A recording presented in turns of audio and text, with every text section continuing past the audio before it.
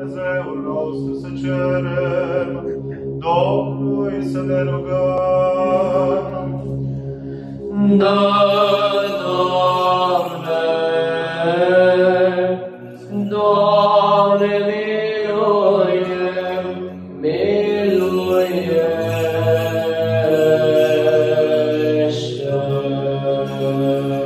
Dumnezeu Duhurilor și a tot trupul care ai călcat moarte și pe diavolul l-ai surpat și ai dăruit viață lumii tale. Însuți, Doamne, odihnește sufletele adormiților oamenilor Tăi, acum pomeniți cu tot neamul cel adormit. În loc luminat, în loc cu verdeață, în loc de odihnă, de unde a fugit toată durerea, întristarea și suspinul.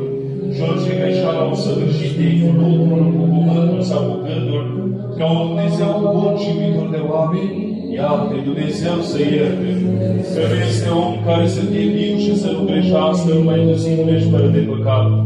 Dreptatea Ta este dreptate mea și cuvântul Tău este adevărul.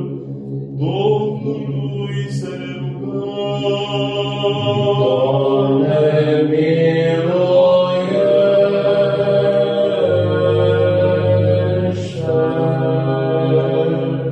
Că Tu ești învierea și viața și odihna adormiților robilor Tăi pomeniți, și Ție mărire înălțăm împreună și celui fără de început al Tău, Părinte, cu Preasfântul și Bunul și de viață Făcătorul Tău Duh acum și pururea și în vecii vecilor. Amin. Într-o fericită adormire, veșnică odihnă de Doamne, sufletelor adormiților robilor Tăi, titule aceste sfinte biserici, și le fără, Doamne, veșnică pomenire. Veșnică pomenire, veșnică pomenire, veșnică pomenire. Și le fără, Doamne, veșnică pomenire. Veșnică pomenire, veșnică pomenire, veșnică lor pomenire. Și pomenirea lor să fie din neam și până în neam. Și le fără, Doamne, veșnică pomenire.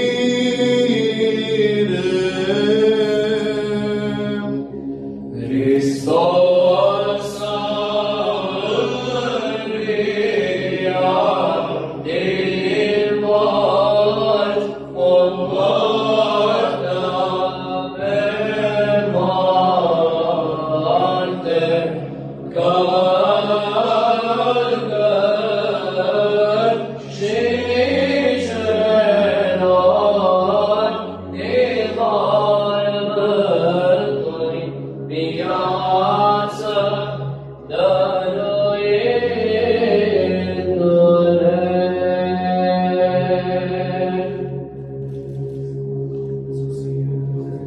Fie numele Domnului binecuvântat de acum și până veac.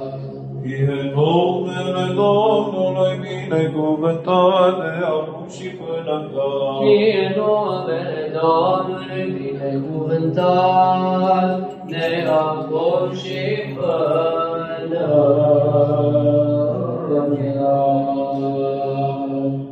Domnului să ne rugăm. Doamne, miluiește! Binecuvântare Domnului peste voi, toți să îmbraci cu să iubire de oameni, totdeauna acum și pururea și în vecii vecilor. Amin.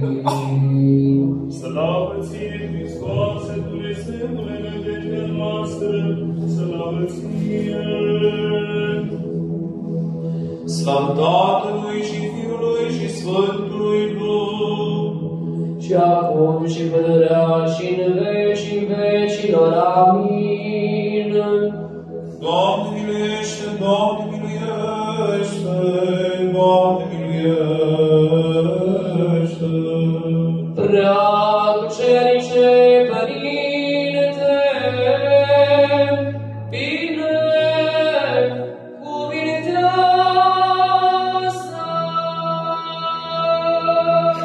Hristos, adevăratul Dumnezeul nostru, pentru rugăciunile preapărate Maicii sale, ale Sfinților întru tot lăudaților apostoli, ale Sfinților Arhanghel Mihail și Gabriel, ocrotitorii acestui sfânt locaș, astăzi prăznuiți ale Sfântului Ioan Gură de Aur, arhiepiscopul Constantinopolului, a cărui sfântă și dumnezeiască liturghie am săvârșit, ale Sfinților Drepților și Dumnezeieștilor Părinți Joachim și Ana și ale tuturor Sfinților, să ne miluiască, să ne mântuiască pe noi, ca un bun și de oameni iubitor.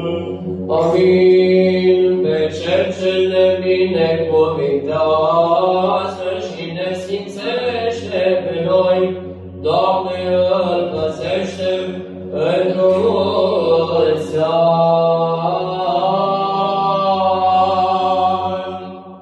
Pentru rugăciunile Sfinților Părinților noștri, Doamne Iisuse Hristoase, Dumnezeul nostru, miluiește-ne pe noi.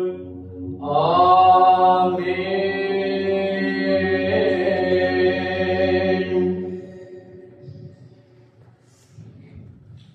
În numele Tatălui și al Fiului și al Sfântului Duh. Amin. Preacucenici, părinți, frați, împreună slujitorii, stimate domnule primar, domnule viceprimar, onorați membri ai Consiliului Parohial și Comitetului Parohial și drept măritori creștini, binecuvântăm pe Domnul Dumnezeul nostru și mulțumim din toată inima pentru slujba pe care am săvârșit-o astăzi, o zi în care Biserica noastră a îmbrăcat un veșmânt de sărbătoare, pentru că astăzi sărbătorim hramul Bisericii noastre, pe Sfinții Mari, Voievozi și Arhanghel Mihail și Gabriel și pe toate puterile îngerești. Părintele Doroșencu Ionuț, care a cuvântat câteva momente mai devreme, a subliniat foarte bine importanța Sfinților Îngeri în viața noastră și lucrarea pe care o au Sfinții Îngeri în procesul de mântuire al omenirii. De aceea nu voi mai lungi foarte mult cuvântul meu, dar se convine ca să adresez câteva mulțumiri speciale în această zi de sărbătoare și, în primul rând, mulțumim Bunului Dumnezeu, pentru că fără El nu am fi nimic și nu am face nimic. El ne dă puterea, ne dă curajul și ne dă disponibilitatea, deschiderea inimii, mai întâi spre El și apoi spre tot ce înseamnă lucrarea Lui, cea frumoasă între oameni. Mulțumesc frumos părinților slujitori, așa cum vă spuneam, Părintele Ionuț, care este slujitor la Parohia Pipera, Părintele Ștefan Dan Marian de la Parohia Ghermănești, vecinul nostru, Părintele Adrian Ciobotariu de la Parohia Ostrat din Corbeanca, care din păcate nu a mai putut rămâne până la sfârșit cu noi, și bineînțeles Părintele Adrian, colegul nostru, care îi mulțumesc pentru susținerea din această perioadă, pentru răbdarea pe care a avut-o, pentru că Părintele știe că am tendința de a mă stresa un picuț atunci când vine vorba despre organizarea unei sărbători și mai ales a hramului Bisericii. Le mulțumesc tuturor pentru că au avut dragostea de a fi împreună cu noi în rugăciune astăzi. Vreau să mulțumesc apoi domnului primar și domnului viceprimar, care întotdeauna ne sprijină, ne sunt alături și, sigur, în mod special domnului primar, care ne ajută la organizarea hramului Bisericii, și mulțumim că anul acesta, după, cred că sunt 3 ani de zile, putem să ne întâlnim și la o agapă frățească, la Căminul Cultural, așa cum era tradiția locului acesta. Și asta se datorează dânsului și mulțumim din toată inima domnului viceprimar, cum vă spuneam, pentru disponibilitatea sa atunci când e nevoie să ne mai sfătuim cu anumite probleme, pentru că știți cu toții și, știm cu toții că sunt și anumite lucruri care ne leagă mai mult decât cele duhovnicești. Mulțumesc frumos tuturor celor din Consiliul Parohial, domnilor, doamnelor din Comitetul Parohial, tuturor celor care ne-ați sprijinit în această perioadă în organizarea bună a hramului bisericii noastre. Nu pot, deși aș vrea să mulțumesc fiecăruia în parte, dar singurul lucru de care pot să vă credințez, că vă pomenesc pe fiecare înaintea lui Dumnezeu în rugăciunile mele și mă rog la Dumnezeu să vă dăruiască multă putere și să vă răspândească înzecit pentru toate darurile cu care Dumnezeu va binecuvânta și pe care le puneți în lucrare în biserica noastră. Mulțumesc frumos tuturor celor care mi-ați adresat urări de bine de ziua mea, în această zi specială pentru mine, pentru că fiind hramul bisericii, cum a ieșit ca un hram al familiei mele, această sărbătoare, nu cred că am să reușesc să răspund tuturor la mesajele și urările dumneavoastră, dar vă port în inima și în rugăciunile mele și vă doresc ca să aveți multă sănătate, binecuvântare de la Bunul Dumnezeu și mulți ani binecuvântați și pentru toți cei care vă sărbătoriți ziua de lume astăzi, dar și pentru cei din familiile dumneavoastră pe care îi sărbătoriți, care le dorim viață lungă, cu sănătate și cu mântuire. Domnul să ne ajute să ne binecuvinteze tuturor pentru mulți și binecuvântați ani. Iubiți credincioși și preacucernici, părinți, domnule primar, domnule viceprimar, membrii ai Comitetului și Consiliului Parohial, vă mulțumesc și eu la rândul meu pentru tot sprijinul pe care ni l-ați acordat. Îl rugăm pe Dumnezeu să vă poarte de grijă și să poboare harul milostivirii sale peste capetele dumneavoastră. Cum spunea Părintele, sunteți foarte mulți și dacă v-am luat la rând, cu siguranță am uitat pe cineva și nu vrem să se supere nimeni. Și vreau să spun un singur lucru.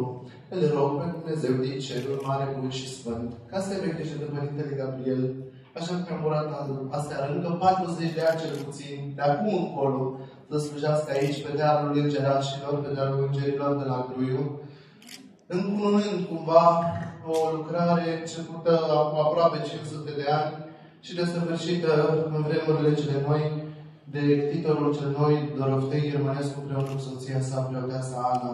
Să-i dea Dumnezeu sănătate, lungime de zile, să păstorească această comunitate pe care știu că o iubește enorm. Inima dânsului este aici și de asta îl rog pe Dumnezeu să stea cât mai mult timp aici și să păstorească această frumoasă comunitate, pentru că, cu adevărat, este trup și suflet locului acestuia.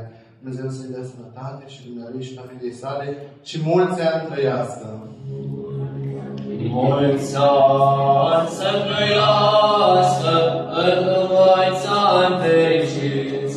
Domnul să vă păzească, pentru mulți ani fericiți.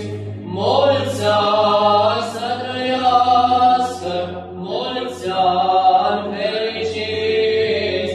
Domnul să vă păzească, pentru mulți ani fericiți. Dar cine să trăiască, pentru mulți ani fericiți. Toată oștea să trăiască, pentru mulți ani fericiți. Mulți ani să trăiască, mulți ani fericiți. Domnul să vă păzească, pentru mulți ani fericiți. Mulți ani să trăiască, mulți ani fericiți. Domnul să vă păzească, pentru mulți ani fericiți.